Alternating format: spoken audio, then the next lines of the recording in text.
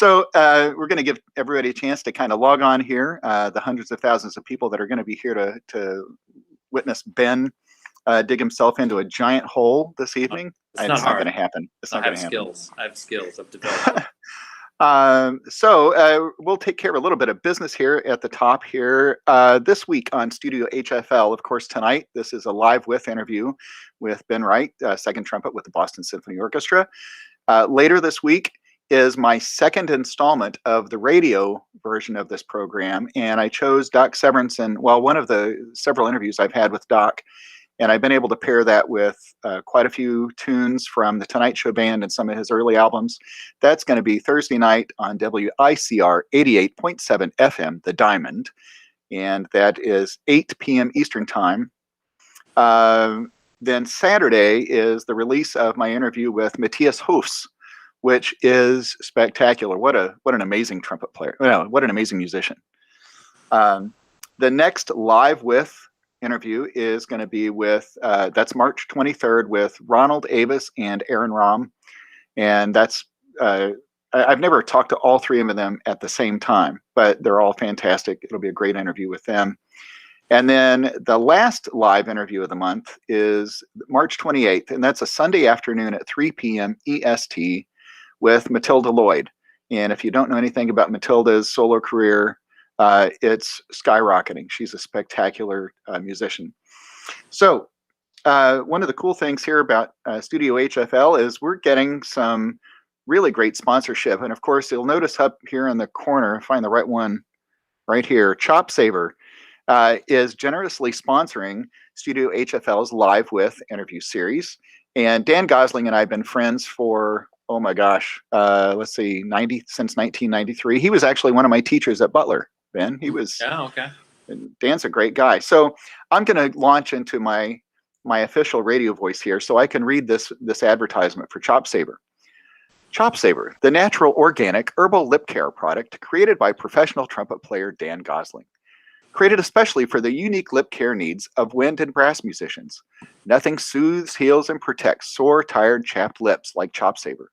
No tingle, not greasy, just makes your chops feel normal again, especially after a hard day of playing. Chop Saver is used and endorsed by some of the greatest names in the business, including Wayne Bergeron, Tom Hooton, Michael Sachs, Sir James Galway, Jay Friedman, and many more. Ben, do you use Chop Saver? Sure. We'll fix that. Yeah. Chop Saver is even recommended by dermatologists for their patients with chronic lip problems. So you know it's safe and effective, and it's a product anyone can use, musician or not. And for our Studio HFL listeners, use the coupon code HFL when you order at chopsaver.com to receive 20% off your next order. Hang on, I've got a slide to put up for that one. Oh, yeah. So let's see, is that the one I want? Here we are. So 20% off your next order at chopsaver.com. Use the coupon code HFL. And I don't know if there's a deadline on that, since this interview is going to live on in perpetuity, but I would say take advantage of that. Take advantage of that offer right away. So again, Dan Gosling, Chop Saver, thank you so much for your support of this podcast and for your friendship and support. Dan is one of my favorite go-to entrepreneurs. He is so savvy in this business, and I like not just working with him, but I'm going to show one other thing in here. This available today. Hey, I did a little photo shoot today. Isn't that ridiculous? That's somebody actually bought a shirt face. That's a good look for you. All right, thank you. Yeah. So let's see. We've got the distressed logo. That look right there, that pointing at the design, I picked that up from Rex Richardson. Oh, okay. That I'll have to credit him for that. This is my Sirius distant focus look. I like it. Looks like a Sears catalog pose. Yeah, I may have missed my calling. Yeah. Ooh, you model, definitely. I don't know. Yeah, but they'll cut out the head and the hands, right? It'll just be. One. I like that shirt. I want one of those. The long sleeve. That's what I'm wearing right now. Yeah. Yeah. Yeah. We'll talk. We'll talk. Good. And this is the I'm not sure where I am look. Got it. I could wear that all the time. So my wife actually came up with this design. We will not be silenced. She's a screen printer, designer and screen printer. So she came up with that, and I was like, heck yeah, make a shirt out of that. So that's just a little funny montage there. So all of that is available at studiohfl.com/merch, MERCH. And gee, Ben, we're out of time. I thought we were going to have enough time to actually talk to you. Great talk. Yeah. I feel enlightened, moved. That's how people usually feel when they don't talk to me. Yeah. So, so it might seem like we're old friends, and I do feel like I make friends pretty quickly. So for those watching, Ben and I actually just met. Well, we met by phone a couple of weeks ago to plan this, but then just 20 minutes or so ago, we actually looked face to face and greeted each other. So I'm thrilled to have you here. It's always fun to talk to really great musicians, and this is. I was just looking. Yeah. See, if it were somebody else, I said, it's always great talking to really great musicians. But tonight we have you. Yes. So, tonight, but none of them were available. So, but I'm not going to say that. Yeah. So, the reason that you were on my radar for an interview is a mutual friend of ours, Melissa Williams, tuba player here in Indianapolis, and she said, I believe my former babysitter. You have to double check with her on that. Oh my gosh, I didn't know that. Yeah. Well, I hope she's watching. Melissa, if you're watching, write something in the comments. She's definitely good friends with my parents. So longtime colleague of my dad's. Sorry, I interrupt. Go ahead. No. Well, then, and that brings that around. The tie-in, of course, is you are from right here in the Midwest. You're from Indiana. Evansville, Indiana. Evansville, Indiana, which, if it were any further south, would be in Kentucky. Yes, it is. It's in the armpit of Indiana. I've never heard it referred to that way. Well, that's great. It's right down there near. Wait, I have to leave this. There's Illinois and Kentucky. It's weird. It's like my image is flipped, so I'm backwards. Sorry. It's better than being in another region of a body, right? I mean, an armpit could be a vast improvement. So, so obviously, well, I won't say obviously, because you mentioned Interlochen. I was going to say you went to high school down in Evansville, but I was in Evansville until I finished my junior year. I went to Interlochen for the summer, and I literally couldn't imagine going home, which had nothing to do with my parents. It was the first time I'd been around serious musicians my age, so I stayed for my last year of high school, and that actually I played that summer with Jim Markey in the World Youth Symphony Orchestra. Oh, that's right. He mentioned that too, and he said.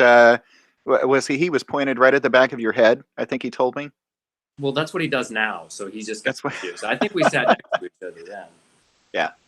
I'm going to interview him at some point. Seems like a super nice guy, even though he plays trombone, right? Yes. So you grew up here in Indiana, and I'm curious, at what point did you think, I'm pretty good. I think I want to take this seriously. Was there one or more experiences that kind of led you down that path? Well, it's a little, I mean, my dad is an excellent musician, clarinetist. My uncle is an excellent trumpet player, Steve Wright, up in Minneapolis. My grandparents were musicians. My great-grandparents were musicians. My great-great-grandparents were musicians. It's kind of in my family, so I wasn't ever pushed that way. I mean, I started playing trumpet when I was 10. I think the first time I performed, the first time I could kind of play the trumpet and perform for people and like got that praise and that feedback, it was like a drug. And then, I was studying, my first teacher was Jim Burson, who was just a wonderful musician, the nicest man. I think he used to charge me $15 and a loaf of bread for a lesson. My mom got hip to the fact that he liked fresh bread, so she's not a baker, but she cooks some mean whole wheat bread. Anyway, so I studied with him for a while. Then when I was 15, it was around 13 or 14 when I know I wanted to play in an orchestra. I heard some recordings. I would go to hear the Evansville Philharmonic, and I wasn't really dialed into, first of all, how good that orchestra was then, but just the idea of a career as an orchestra musician, I didn't really know was there until I studied with Stan Curtis, who's at UC Fort Collins now. And I still remember where I was sitting in his studio the first time he played me he said, I got this new recording of New York Philharmonic with Zubin Mehta playing Mahler 5. And I was like, oh, what's that? And he puts it on. I was like, oh, that's what I want to do. So yeah, that was kind of it for me at that point. It's funny that Mahler, for me, it was Al Hirt. It's funny, what that first experience is where you're kind of like, ooh, that's what I want to do. Right. Yeah. So it was Phil Smith playing, right? What's that? Sorry, I was saying you did say that was Phil Smith, right? Yeah. Oh yeah. Awesome recording. Yeah. I'm going to skip ahead for just a second. I had this discussion with somebody recently. As trumpet players, we work on all these excerpts, right? Opening to Mahler 1 or Mahler 5, opening to Pines, Piccolo, Goldenberg Schmiel. But if you look at the percentage of those that actually get to play that repertoire, right? Yeah. And so my thought was, why do we work on all that? Why shouldn't we be working on all the John Williams and Jim Stevenson, all this other stuff that most of the orchestras are playing these days? But I understand it came around to the reason we do that, because that puts everybody on a level playing field for an audition, right? You have to show your mettle. Through those pieces. It's interesting. Like, it seems like to me, there's two different kinds of audition lists. There's a reasonable audition list that covers all the basis of what you need to hear, and then there's like this audition list here, which was this is the book that I made for the principal trumpet audition for the BSO back in 2006, and these are all complete pieces. There's not just excerpts, right? Yeah. So, just a little sampling: B minor Mass, Cantata 6, Christmas Oratorio, Concerto for Orchestra Bartok, Beethoven Symphony No. 8, Baroque Chamber Concerto, like the whole thing. Like, and Peter Chapman, my very, very good friend and former colleague in the BSO, who's now doing what we should all do and living in Southern California, he made the list, and he just made it like that to scare people off, which is, I think, a little bit of an old school thing. But right. I get so tired of seeing these lists that have First Trumpet to Heldenleben, Alpine Symphony, like all this stuff is all redundant. It's like, can we hear you play a high C and make it sound easy? Okay, fine, check, right? Like, and then move on. But auditions are I don't know. I don't know what to say about auditions. Oh, I do. Talk to Mark Gould about auditions. I've done my fair share, and with a modicum of success. But so let's get back to you. Enough about me. What do you think about me? It is an interview with me, so all I want to do is talk about myself. Yeah. So, oh man, I want to skip all over, but let's go back and try to follow in order this. So you go to Interlaken, and you have a great experience there. Had you started auditioning or considered auditioning yet? For professional groups? Yeah. No. I mean, I auditioned for BUTI, Boston University Tanglewood Institute, for Roger Voisin when I was a senior in high school, because he was still doing the tours. Great picture. Yeah. That was in 1996. You're the one on the left, right? one of my favorite teachers, just so great.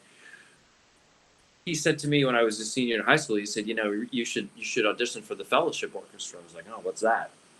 And so I got to Cleveland, and I think Mike Sachs probably said, yeah, don't, you're not ready for that. Don't do that. So I didn't audition.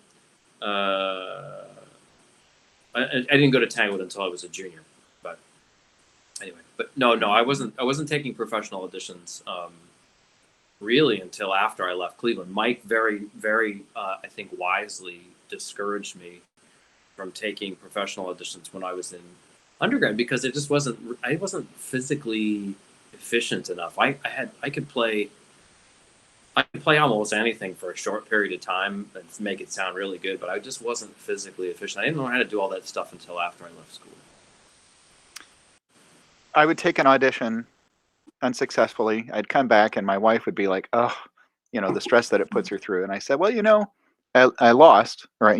But I didn't advance or anything, but I improved something. I learned something, but it got to the point to where she's like, are you just taking another audition just so you can, improve something else? And I'm like, no, the intent is always to play well and advance and, win. Yeah. But you do improve something, right? I mean, all these auditions that you don't advance, you don't win. Do you still, did you feel that in the audition process that you were always moving ahead?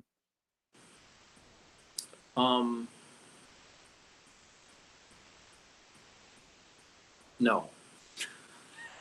I often felt like I was crash landing an airplane. Wow.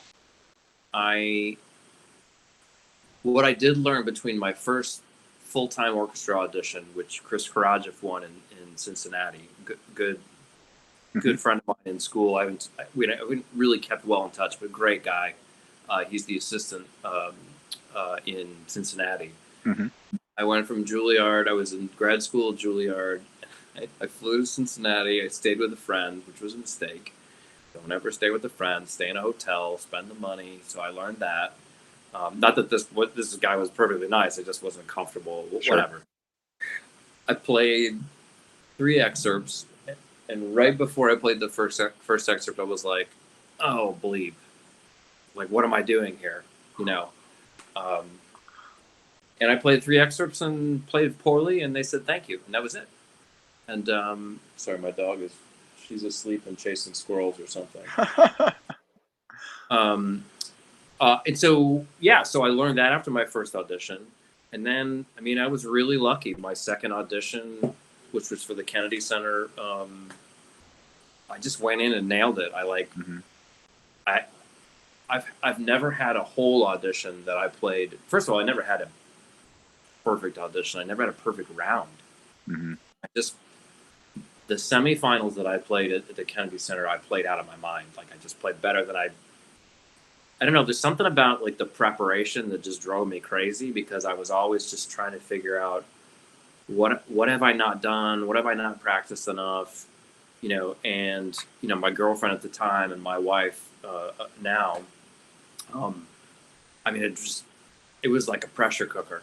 Like, and then I get to the audition, I was just like, oh, thank God I can just play now. So yeah. So I guess there's certain. So then I'll tell you another thing I learned in an audition, which was when I auditioned for. So when I got to the Kennedy Center, I took a bunch of auditions, and generally I did well in them. I would advance, but the first really big one that I advanced in was Chicago. No, that's not true. Whatever. I advanced in Minnesota, which is a great orchestra, and whatever. And with Chicago, you're not talking Civic. You're talking the CSO, right? Right. So I was the Kennedy Center, so I had a job, and it was 4th trumpet in Chicago Symphony. And in order to take the audition, I had to actually lie to my personnel manager. I had to call in sick because they wouldn't let me off. Mm-hmm. So I called in sick. I went to Chicago. I took the prelim audition. I advanced, which was I was over the moon. But then, of course, it got back to the personnel manager via the bass trombone player in the Kennedy Center who didn't like me. Then I'd taken this audition, and I had to fall on the sword, and it ended up being okay because he was a nice guy. He was actually really cool about it. A former trumpet player, and but then I had to wait 5 months for the next round. And that whole time, I'm just like going through the whole I'm not worthy, like, I can't believe I advanced, blah, blah, blah. And we were in the middle of like a Mozart opera cycle, which is like the worst. Second trumpet on a Mozart opera is the worst freaking thing to play for your chops ever. And, but I got to Chicago, and I'd been practicing way too much. And again, like, I felt like I was crash landing an airplane, and my efficiency, I just didn't have it yet. And I played the rehearsal that afternoon with the accompanist, who was a very nice lady and not a good pianist. She could follow me, and I sounded like crap. And I went out that night and learned my second lesson about auditions, which is that the night before audition, I have to drink at least 2 glasses of wine. I needed to just like chill. I needed to feel the world was okay if I didn't win this audition, and I did it the same way every other audition I ever won or took. And you know, it's not, I'm not endorsing drinking, but it just it was important for me to say, hey, you know what, my life is really great. You know, I've got this great at the time girlfriend. You know, I got friends. You know, I got things going on. It's like it's not that important. It's right. Important, and that's the problem with these jobs is that it's like winning the lottery. So it's hard not to think of it that way. Here's a question I've not asked anybody yet, and I can't believe I haven't done this, but now your preparation for a weekly cycle with the BSO, does it look anything like, or even, you know, looking ahead at a season, does it resemble anything like prepping for an audition? Well, I mean, it depends on what part of my time. I mean, I've been here for almost 19 years. I was in Chicago for 2 years before that. So, you know, it's, or no, not, wait, what is the year? 21 to, yeah, 19, almost 19, yeah. Wow. So, but both in Chicago and in Boston, I started in the summer season, and that's 8 weeks, 3 shows a week, different programs, 2 rehearsals per program. Mm-hmm. And that was overwhelming. But eventually, like maybe after 5 to 10 years, you're used to it. Like, and you know the repertoire, and you look ahead, and you see, okay, there's a new piece by Michael Gandolfi. Let me just take a look at that. You know, or if it's Thomas Addis, you know, you have to take a look because that's really hard stuff. And then you know, it also depends on how good you are at reading. I'm a terrible. I'm a terrible sight reader. So please tell me you're already tenured, right? We don't want anybody in the BSO hearing this and being like, "Wait a second." I've been tenured. So I moved to second trumpet in 2011, and I got tenured that year. So no, I'm good. Yeah. I am fortunate. I have 4 small regional groups that I play with here in Indiana and one down in Kentucky, and I'm principal with each of those groups. I like the pressure of that job, but I think the hardest job is the second trumpet. And much respect goes to. Sorry, go ahead. Oh, no. And, you know, of course, I just released Rolf's interview last week, and what a great interview. I forgot just how funny, how droll he can be. Yeah. It was terrific. And so there's a plug for Tom Rolf's interview. But no, I've known this for years and years. The quality, not just playing, but the quality of personality of that person sitting next to you is so important. And of course, Rolf's, you know, he spoke about the support that he's got with the section in Boston.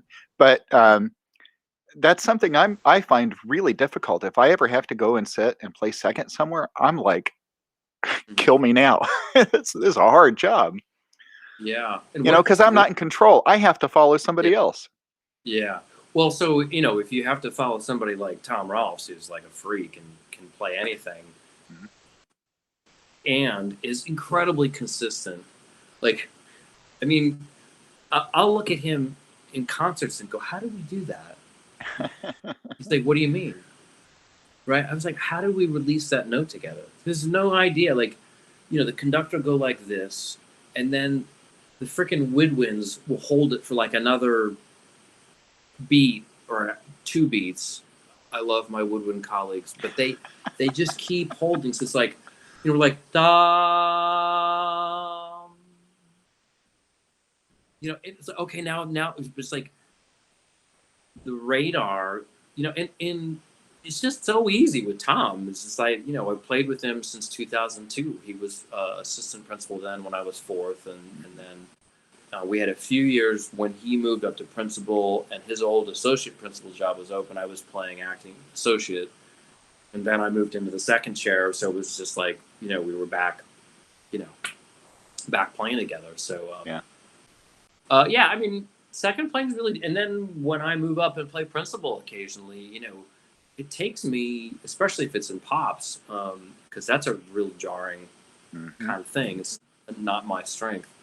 Um, but it's good. I like the challenge of it, and then I do like when I'm playing principal. I do like the ideas that I can take what I'm listening and just know that's where I'm going to go. And understandably, when you're playing principal, if something happens and you get either distracted or somebody does something weird or the conductor something weird, you got to come in where you think it's right, and then the second player just comes in. We just so.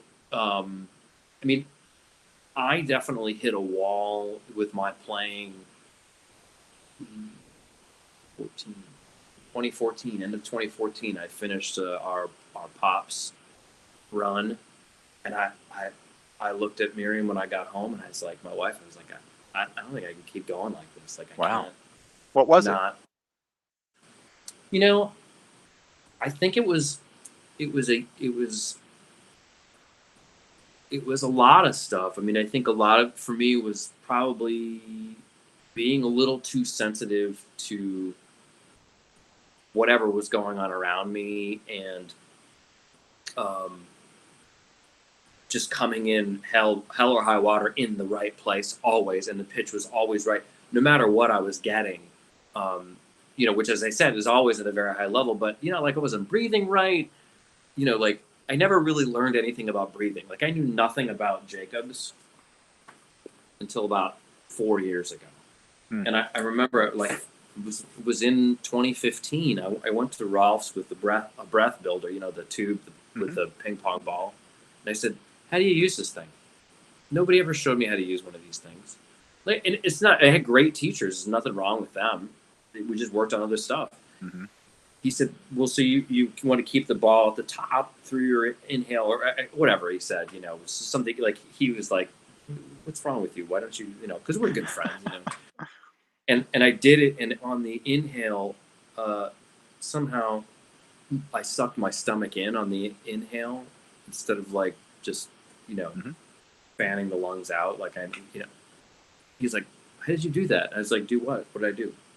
He said, that was exactly backwards. I was like, I have no idea.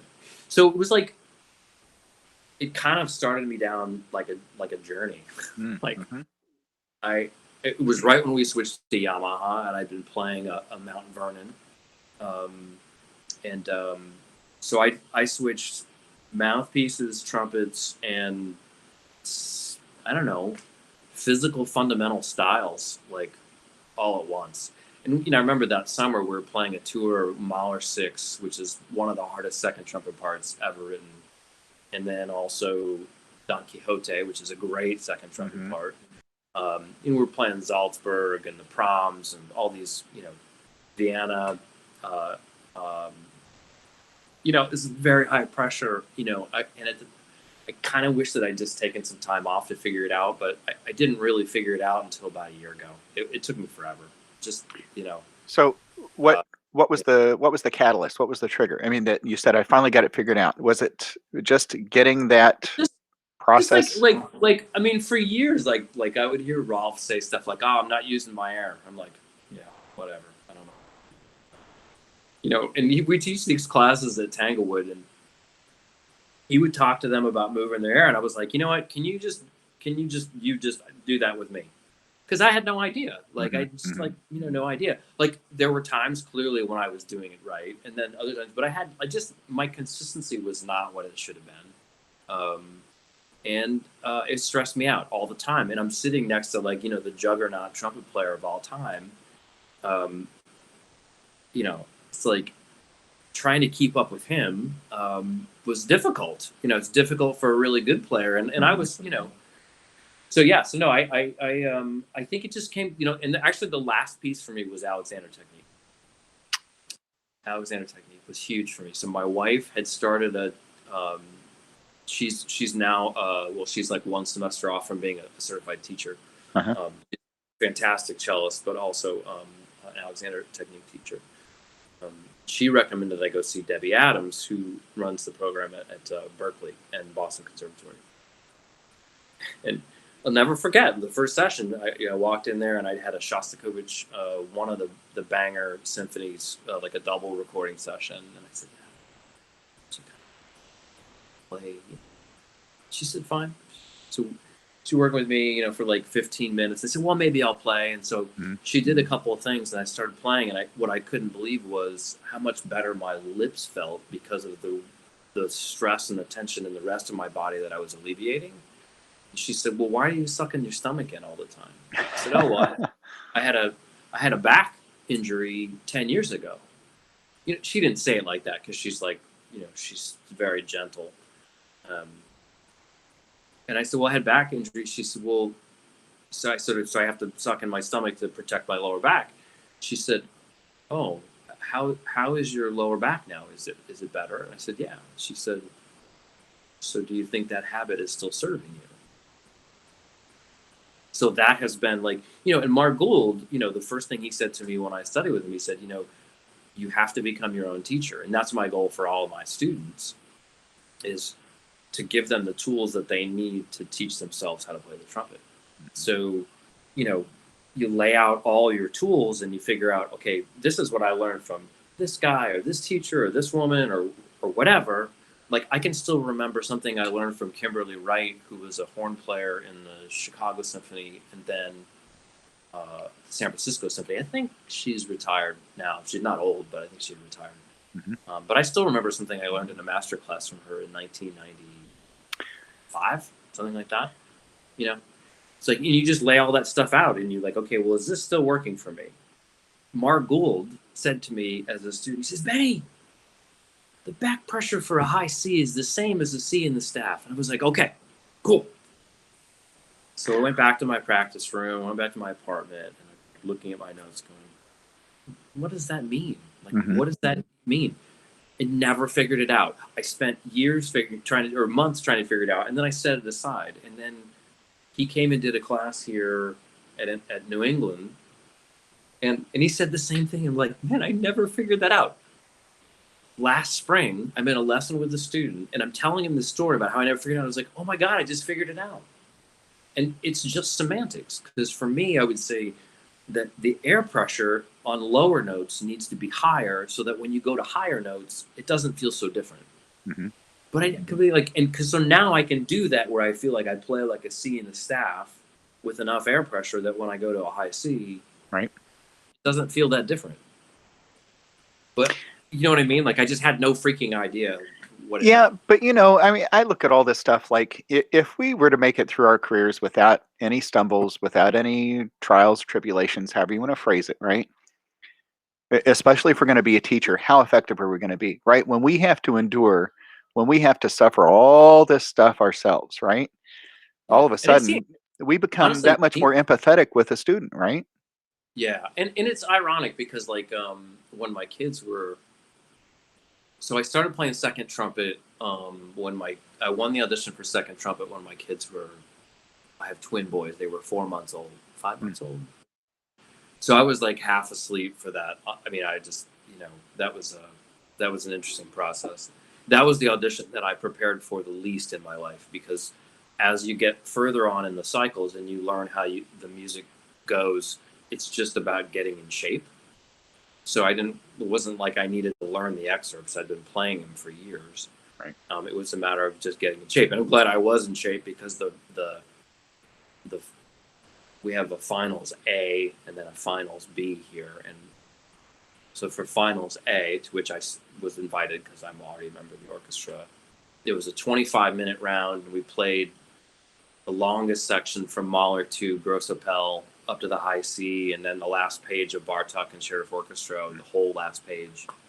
It was rigorous. And then, so I finished that, and then went downstairs, and then I guess Levine hadn't been at the other rounds, and they didn't know who was playing because it was behind a screen. So we want to hear, the maestro wants to hear this one player play Mahler 4. So I waited for a half an hour, and then I went out and played the second trumpet lick from the first page of Mahler 4. And then I went downstairs, and then I came out for like 20 minutes of maybe an hour and a half later, I came back for 20 minutes of section playing, and that was it. And I don't know what the point was of this whole thing. I just started just talking about myself. Mm-hmm. So there you go. Well, bring it back, Larry. Bring us back on point. So at what point? Actually, I've been listening this whole time. This is the point. Okay, good. I remember. Good. Okay. So I said, so I finished Christmas Pops 2 years after my kids were born. Again, it's always after Christmas Pops because it's like it's like 3 shows a day for like 3 weeks, and it's both mind numbing and physically very fatiguing. I said to Mira, was like, I can't. I was about 20 pounds heavier than I am now. I was not in good shape. And so then starting then, I got like in really good physical shape, like I working out and exercising, yoga, like all this stuff became sort of like a part of my life. Mm-hmm. But when I really hit the wall with my trumpet playing a few years later, I was in the best physical shape I've been in my life, but it was right around 40. And I sort of learned from a lot of my colleagues that a lot of them went through the same thing. It's like sometimes the physiology changes, like who knows? Who knows what happened? Well, it's interesting you say that, and not to shift too much to me, but you could see this actually if you go and watch my interview with Rolfs on the YouTube channel. You'll see what I looked like when I interviewed him. 170 pounds heavier. How long ago was that? That was the end of July. So 7 months. And we can talk about this. I can't edit this. I can after the fact, but bariatric surgery. But okay. I'm 5 pounds away from being exactly half what I was. Oh my God! The middle of last year. So that must feel amazing. Congratulations. Yes, thank you very much. But my chops went to crap, and so actually Wayne and Bobby Shue and Pickett. I mean, I've reached out to some great people who were extremely helpful. But yeah, the whole physiology thing changes. Age. The way even your perception, right, can change everything. Because you even talked about not having to prep auditions the same once you'd played the repertoire, right? Your perception changes. So many things can change, but all valuable experiences. I'll bring it back to that. If I hadn't gone through what I'm going through right now, I think this is going to make me a better teacher in the long run. Because I'm going to have some other student come in, and I'll be like, well, I don't know. I can be, let me tell you. Here's what you should expect, and here's how you're going to get through it. Yeah. So we'll take a little bit of a left turn. I want to come back to your comment earlier about how Mozart second trumpet is destructive to your chops, because I found that a really interesting comment. But I want to talk about studying with Mark Gould. And, and this is not a plug for his book, even though I'm going to have Mark on next month, and we'll talk about it. But even reading just the first few pages out of this, what he said is exactly what you said a few minutes ago, is he was teaching you how to do things yourself, how to teach yourself. Yeah. But what does that look like with him? I can't speak to before I was at Juilliard, because I know he likes to push people's buttons, but he knew, he could see that was not gonna be good for me. Fast forward a few years later when I was denied tenure in Chicago, he was the first person. He never calls anybody back. He called me back like 30 seconds later. Like, he was like there for me, like in a way that, at the time was so crucial. It was so amazing. But no, I think there was a student there at the same time as me, really great trumpet player, close friend of mine. He was going through like a terrible breakup with his girlfriend, and so he and Mark would smoke weed during his lessons, because he just was like, that was what he needed. Is he taking students right now? I'm just curious. Just kidding. I'm kidding. Yeah. No, he knew that what I needed, like I mean, it's funny. I remember somebody very incorrectly saying, if you have problems, then you should not go study with Mark Gould. He's all about music, blah blah blah. I was like, oh, okay, great. Somebody who is a very good trumpet player and had studied at Juilliard, and they just were wrong because Mark. I went to him and I said, look, I've got this low set, a middle set, and a high set, and I can't bridge them. I'm as flexible as a cinder block. I need, so I just worked on that with him. And I also was such a perfectionist and so locked into trying to play something just so exactly instead of just like feeling it. He had me walking down the street in New York singing Leonore 3. Dun, dun, dun, dun, dun, like just like belting it out. And of course, nobody was looking at me because it was New York in the Right. 90s. That was people just expected to be odd. But yeah, it was huge. It was he was exactly what I needed. I mean, I didn't even apply to other schools. That was the only school I applied to. Mm-hmm. Okay, so let's skip back a little bit. Chicago. Can we talk about Chicago?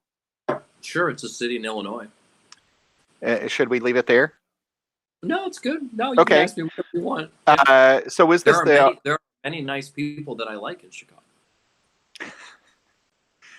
The audition that you took, was that the one that Taka followed you? Is that right? Right. Okay. So when I was denied tenure in December of 2001, and in February of 2002, I got this job in Boston. And then Taga won the audition the next time they had the audition. Did you enjoy your time in Chicago? Were you allowed to enjoy your time in Chicago? No. I mean, it was unpleasant.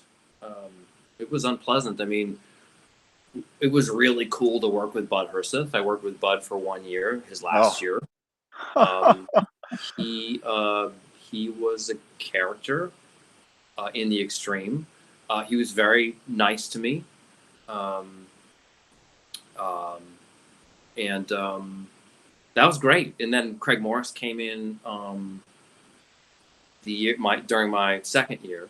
Mm-hmm. So, it was a big transitional time. I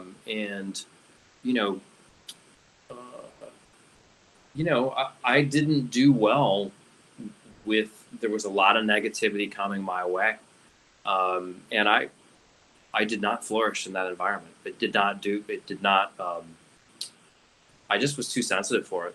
So, well, and I think, people will understand what we're talking about, and we can leave all that right there. I don't want to drag anybody into it. It's just, I wouldn't disparage anybody. I mean, it's just people have different ways of communicating, and I always think people do better if you communicate in a positive way, and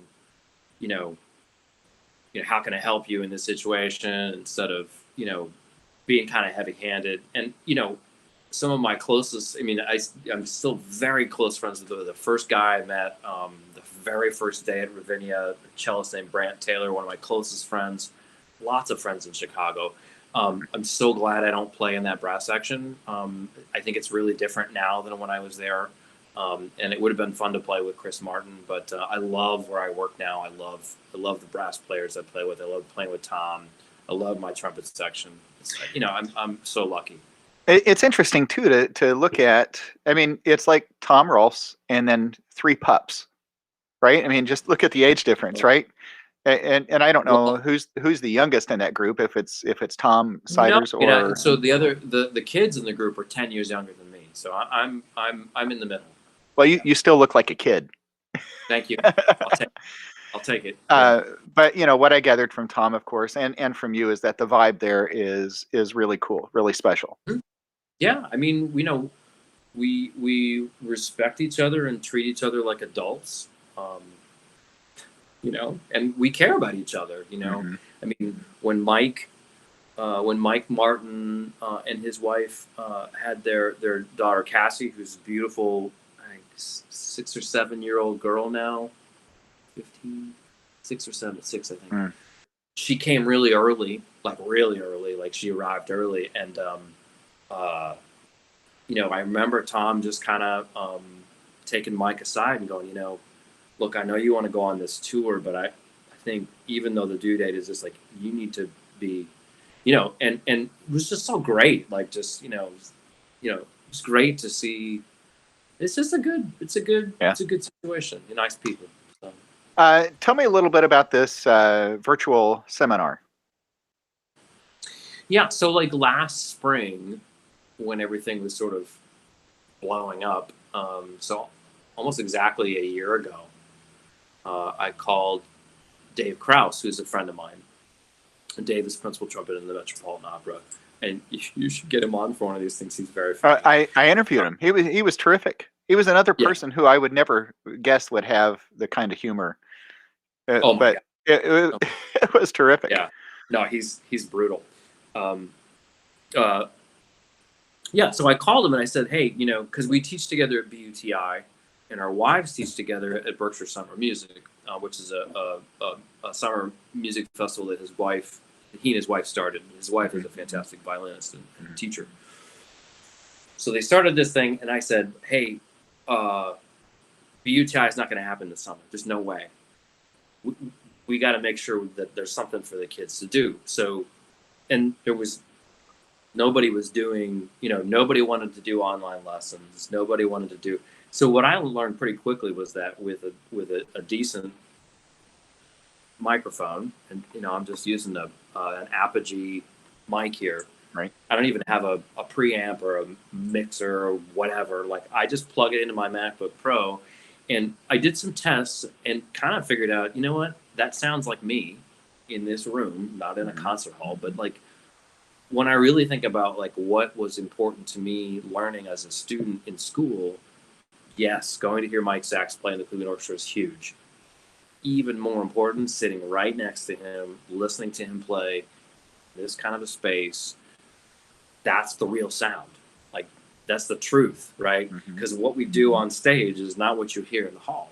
Right. It's much more compact. So that was kind of where it started. And we put together a thing. It was a 2-week festival. We did 1 week of high school, 1 week of college. And at the same time, there were other people doing that started, Tom Hooten's doing a lot now. Some people really embrace it, and some people, I think it's really disconcerting. Just the screen and whatever, like I get it, like, it's not for everybody. But what I'm doing a seminar right now with 6 students who would not be able to study with anybody right now if it wasn't for this interface. Right. And all the things, like I can make a recording in this room, store it on my computer and share it with them, either so I can, hey, check this out, let's work on this for next week. It's just using the technology and saving them money. Let's talk about saving students money, right? Because it's not like I'm not giving away these seminars. It costs money, right? Right. But like, the seminar that my students are in right now, they get 12 lessons, 12 studio classes, almost the same number of trumpet chats where we're kind of like this, where last week I had Taga Larson in. And then I do a thing called practice window coaching, where they record 5 minutes of their practice, and together we watch it and go through it. Be like, oh, well, this thing you're doing here, that's great. Do more of that. This other thing, this doesn't make as much sense. It's not so efficient. Try this instead. And I thought it would work, and it's really working. So it's really cool. But it's like a semester in conservatory minus the ensembles. Now, obviously, ensembles are a big deal. But like for me, like when I went to Juilliard, I got nothing from Juilliard. I got Mark Gould because that was the only way I could get Mark Gould was if I went to Juilliard, and I paid the equivalent at Juilliard of like, what if I paid $60,000 right now? What are you gonna get a master's degree for $60,000 a year? It's crazy. Okay, so we talked about that briefly right before we went live. Do you want to expand a little bit on that? Yeah, I mean, it's like it's like you were saying, like, students are expected to pay big money for degrees as a musician. Well, if I look at the Matt Muckeys, Mike Martins, Ethan Bensdorfs, Tom Siders, myself, all these people that won jobs right either at the end of their undergrad or at the very beginning of their graduate school. It's like, well, okay, that's one thing. But the reality is it's not like that for everybody, right? So, and then what I see is I see students who apply to NEC who are really good players who might be slightly down in the pecking order, and then they get no money, right? So then they have this choice of the choice shouldn't be, either go to Rice or Curtis or, Juilliard is also fond of giving full rides now, not when I was in school, but Of course not. it shouldn't be that or pay $50K or even $25K for God's sake. I've got this student right now who's a great student. He took the year off after studying at Montclair State University. He took the year off, and he's waiting tables and taking lessons, and he's getting better. Okay, so this is going to be to your point there. I've got a couple of students who love to do drum corps, and I've got a drum corps background, but back in the day where it didn't cost, $5,000 for the summer. Oh, does So yeah. yeah, I mean it's expensive, hugely expensive. But compare that to paying for grad school. If you're going to go for performance, don't you think it'd be better just to take that money and study independently with as many people? I mean, you're not going to have the paper, the diploma, but aren't you going to have a better experience? It really depends on what you need, right? So, I mean, want. I mean, look, I wouldn't have done well in the job if I hadn't gone to Cleveland and played with really good people in school and learned how to play well in an ensemble. And I think if that's what you're going to do, you do have to at some point learn that, right? So one of the things I'm trying to develop is a tool where I play through Heldenleben with a click, right? So I do the second part because they come in first, we come in first, which now I realize is much easier than doing it. So play and then I send them the other two parts, and it's all synced, and then they just plug themselves in the middle. So there are ways to use the technology to start to develop that a little bit. But I mean, at some point you got to get ensemble experience, right? If you want to play in an ensemble. But I don't think that means you have to, spend an arm and a leg. I mean, It's too bad you can't really pick and choose, right? And say, okay, I'm just going to take private lessons and play in the school orchestra. They're going to say, no, we'd reserve that for full-time students. I mean, and I get that, Well, but you know what? I mean, demand is going to drive it. So I'm so curious to see what happens after this year when students have taken time off. And what I'm seeing with the students that are taking time off is they're getting a lot better.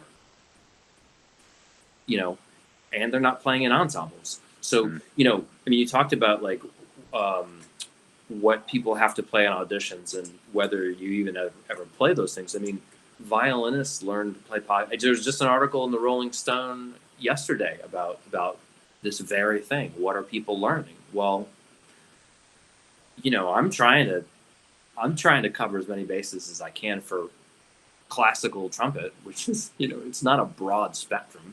Right. But mainly, I just want students to get better and to learn how to teach themselves, because then it's just going to give them more options down the road. Do you find yourself teaching in the style of Mark Gould or Ben's style? I have to admit, well, no, I mean, I had a lot of great teachers. I mean, I think certainly the way I learned from him was incredibly impactful. But I studied with Mike Sachs for 4 years. Roger Voisin was a huge influence for me. And I only studied with him. I studied with him for 2 summers at Tanglewood, and then my first summer after I got tenure here, I forced him to every week I would come over. I would bring a bottle of wine and lunch, and he would eat the food and drink the wine, and I would play Charlie and Biche for him. So it felt like I kind of learned how to play that stuff from, right. Right. from the horse's mouth. Chris Gecker is huge. Oh. So like, and you know, like I talked to Chris 2 years ago. I did a class in Maryland, and he said something about this guy Rich Willie, his focal point book. Mm-hmm. You know, like everything that Chris talks to me about, I bought whatever he said, you know, he was talking about, Mm-hmm. and I got it, and I looked at it, and I was like, yeah, this isn't going to work for me. I tried it, you know, the idea, you know, but the book, it's like just basically like wherever you start in the day is like where you tend to be focused with your chops. Well, I play second trumpet for 21 years, 23 years now. I'm focused low, and I've always wanted to have the option to, you know, play Mahler 6, the second trumpet part, and get up to the high C sharp at the beginning of the last movement and not feel like it was like just death. And, you know, I could always play it, but it never felt all that easy. And so, you know, actually just a month and a half ago, I went back to the book and I was like, I'm going to try this again. And I think that's a lot of it is you just things change. So like now, you know, my focal point is higher, and interestingly enough, like a lot of the stuff I'm practicing and I'm just working on just rep and just like getting better and applying all this stuff that I've learned in the last 5 years. And I'm having a really good time. You know, it's like just playing all the time. So I don't want to forget asking about Mozart second trumpet. Yes. Part of the reason why it was awful for my playing was that when I played soft, I didn't use my motor. I would just go, like, you know, I took in like this much air, and, you know, I remember when I was in the middle of, as I call it, my wandering in the desert phase 5 or 6 years ago. And I went to see Gould. It was in New York City. We were playing at Carnegie or something. I went to see Gould, and I was like, man, why didn't you tell me about, like, you know, he's like, yeah. I was like, but you never told me that. It's like, you know, and you know, same thing, like playing a soft note. I'd just be like just trying to squeeze it out, and then realizing, oh, well, there has to be air pressure behind that note too. It's just a smaller ribbon of air, you know. Anyway, so it's not the difficulty of Mozart itself. It was just the situation it put you in. And well, you know, I mean, funny enough, Chris Gecker was playing first trumpet on that run. But no, I think, you know, I think it's still not great for your chops because it's just like low and soft all the time, unless you're playing loud and high when you practice at home. It's just there's no balance to it. What I've learned over the years is playing the big stuff is great. Beethoven is some of my favorite to play. And some of my students are like, "What? It's just the same thing over and over again." I said, "Yeah, but you know, there's a great challenge in yeah. Go ahead. Sorry, there's a great challenge. Go ahead. Oh no, and playing, you know, and being so consistent and shaping it. They're not exactly the same. You know, it depends on what the strings are doing. And, you know, sometimes you're a glorified timpani, sometimes you're the leading voice, right? It's you got to know what's going on. There's a huge challenge there. I will say that when I have to play a run, or when I'm lucky enough to play a run of Beethoven 5, my face always feels like garbage afterwards, because there's so many places where second trumpet is lower than principal trombone. And Toby Oft, our principal trombone, is fantastic. But, you know, I'm going da da da da da da da da da da, and he's like da, da, da, da. He's like an octave higher. So doing that kind of playing for a week, it's again, there's no balance because it's kind of one flavor. But playing first on Beethoven symphonies is great. But, yeah. Is there a repertoire out there you haven't done yet you'd like to get your chops onto? For the orchestra, I wish we'd do more Thomas Otis. I wish we'd do John Corigliano. I wish we did more new music. Yeah. Is the BSO geared for that? It's very traditional. Very traditional. And I mean, it's tricky because, you know, your audience base really want the war horses. But, you know, you can put, I mean, what was, like, we did Goodbye to Lena. I love her music. We did the Goodbye to Lena violin concerto, which is such a powerful piece of music. We did it once.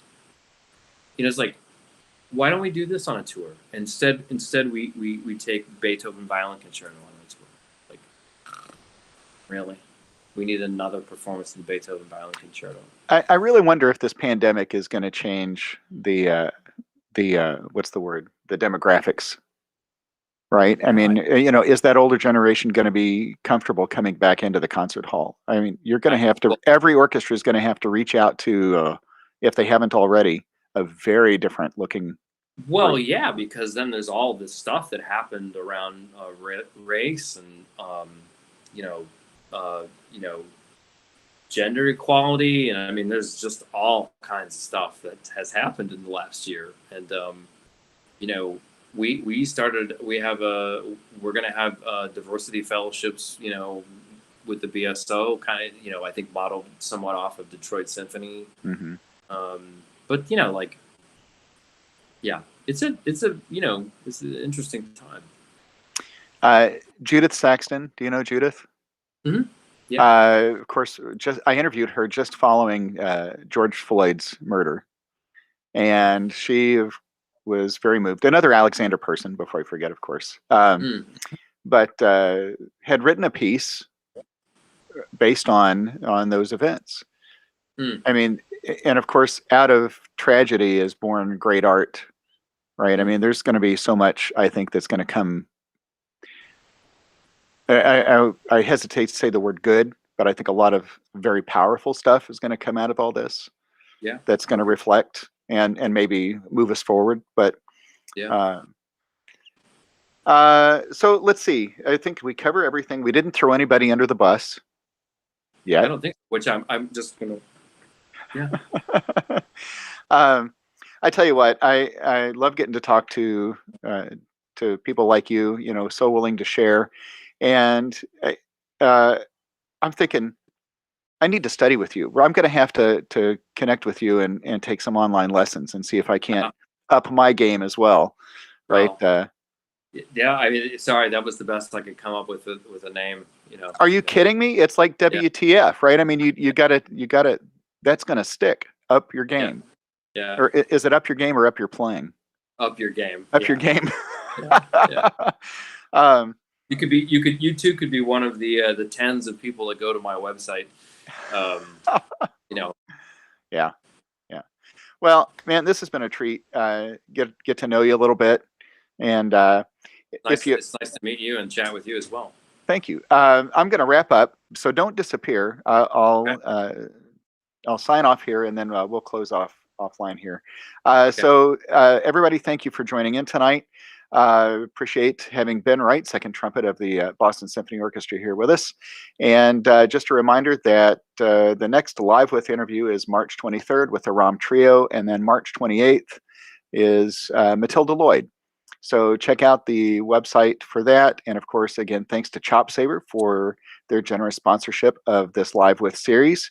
And let me do a very quick spiel. Of course, ChopSaver, the natural, organic, herbal lip care product created by professional trumpet player Dan Gosling.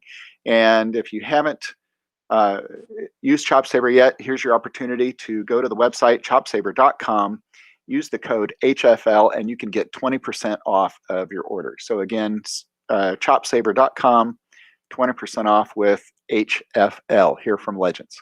So again, Ben, thanks for joining us tonight. Everybody else, thank you, and hopefully see you. Hey, I'm going to shout out to a couple of friends of mine here. Sean Jones, another trumpet player friend of mine, long time. We went to college together. Says good interview. Rosemary Klein, a local trumpet player here in Indy, terrific supporter of music and becoming a good friend. I keep meeting her at all these trumpet conferences, so it's nice to have them aboard. So again, everybody, thank you, and I'll see you next time. Bye-bye.